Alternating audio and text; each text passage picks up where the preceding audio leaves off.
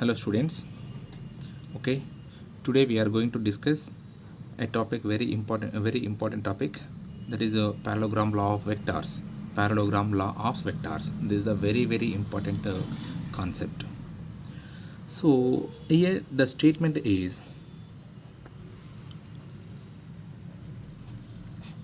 of a parallelogram is, if two vectors are represented in a magnitude and in a direction by the two adjacent sides of a parallelogram, then their resultant is represented by the diagonal which is passing through the same point, and it will give the resultant value both in magnitude and in a direction.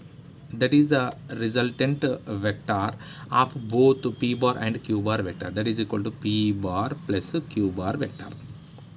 Let us see here. वो ये okay ना, वो ये CB is a parallelogram, right? So in this one, OA is a one vector p bar, OB is a another vector q bar. If you are going to take the magnitude, then it will be equal to p. If you are going to take the magnitude, then it will be equal to q. So now a parallel vector is drawn, which is BC, which is parallel to OA bar. So that is also having same magnitude p. And here AC bar is parallel to this OB bar. This is also having same magnitude q. Now if you are going to extend this OA bar line to up to D point, then just to draw a normal onto this OAD line, then it will form say one right angle triangle. So here this will be the right angle triangle. From this triangle, cos theta AD value is equal to Q cos theta, and CD value is equal to Q sin theta. So here from the triangle, from the right angled triangle ODC, so that is equal to, from Pythagoras theorem, OC square is equal to OD square plus DC square. So here OC is nothing but this is the resultant vector. If you are going to take the magnitude, it will be equal to R. So that's why R square is equal to, instead of OD we can write OA plus AD whole square plus DC. DC is nothing but, okay na, again just to write down DC value. So here it will be equal to R square is equal to OA square plus AD square plus 2 into OA into AD, okay na, plus DC square, right? So here OA is nothing but P square, right?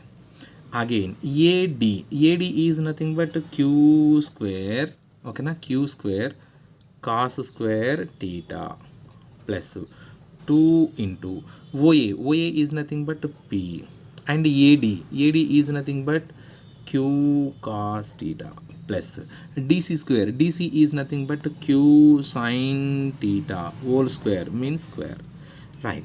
So if you are going to add these two terms, so it will be equal to P square plus Q square, okay na, by taking Q square as common, sin square theta plus cos square theta is equal to 1 plus 2 into P into Q into cos theta. This will be equal to R square.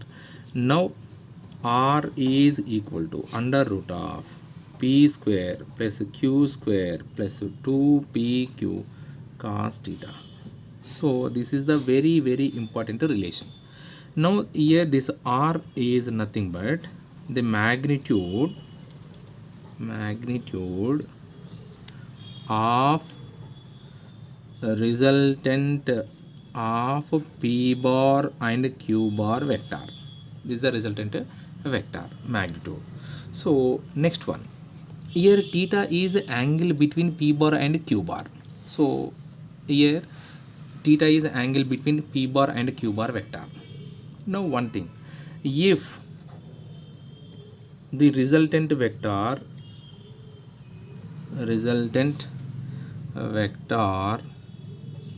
R bar makes an angle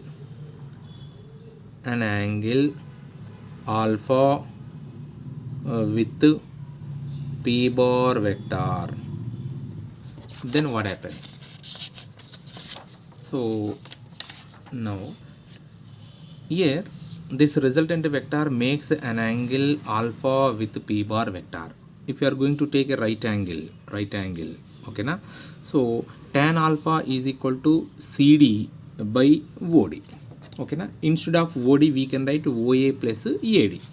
Just let us see, tan alpha is equal to, okay na, CD by OD. Right, CD is again CD, OD is nothing but OA plus AD. So here CD value is equal to Q sin theta by OA is equal to P plus AD is equal to Q cos theta, and that is equal to tan alpha. This is a very important equation. So in some cases the question is how much is the angle made by the resultant vector with the p bar vector, and this may be one type of question. So for that you have to use then tan alpha is equal to q sin theta by p plus q cos theta formula, okay na, right. So these two are the very important relations. And one more thing here, this will be the p bar vector, this will be the q bar vector, means both are parallel to this one. So that's why here it is the resultant vector. So this will be possible, r bar is equal to p bar plus q bar. Just you have to concentrate on this one, right. So here there are different cases, sub cases.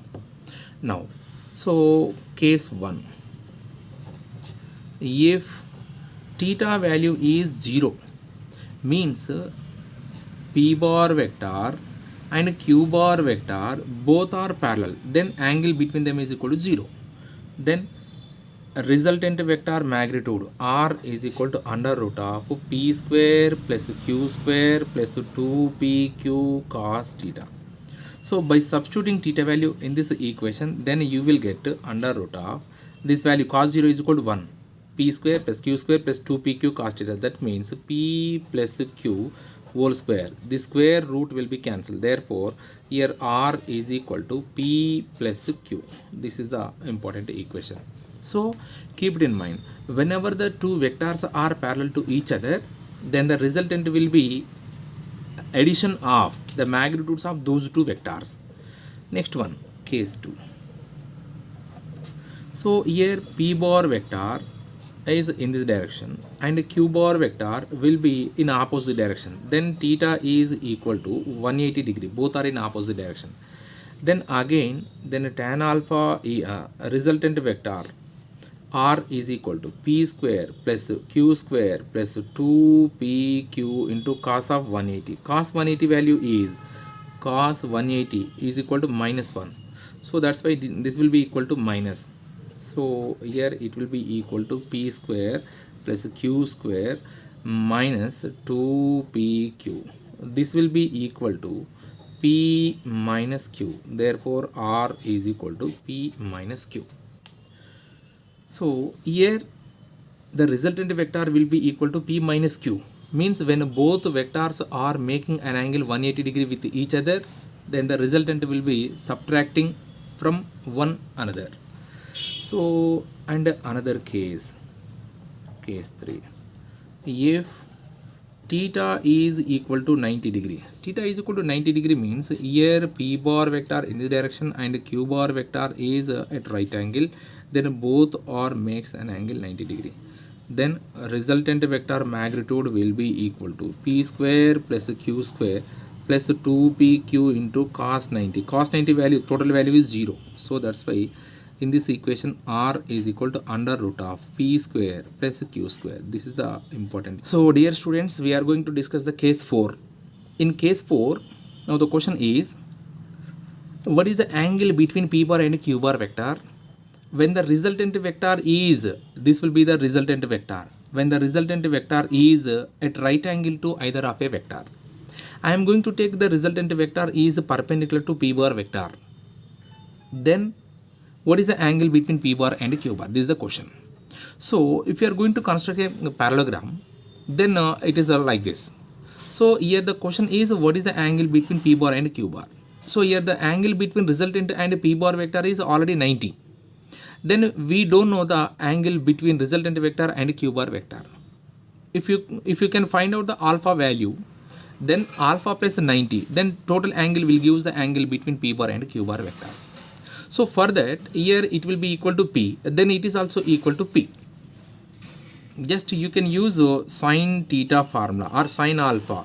Sine alpha is equal to opposite side by hypotenuse. Hypotenuse value is q.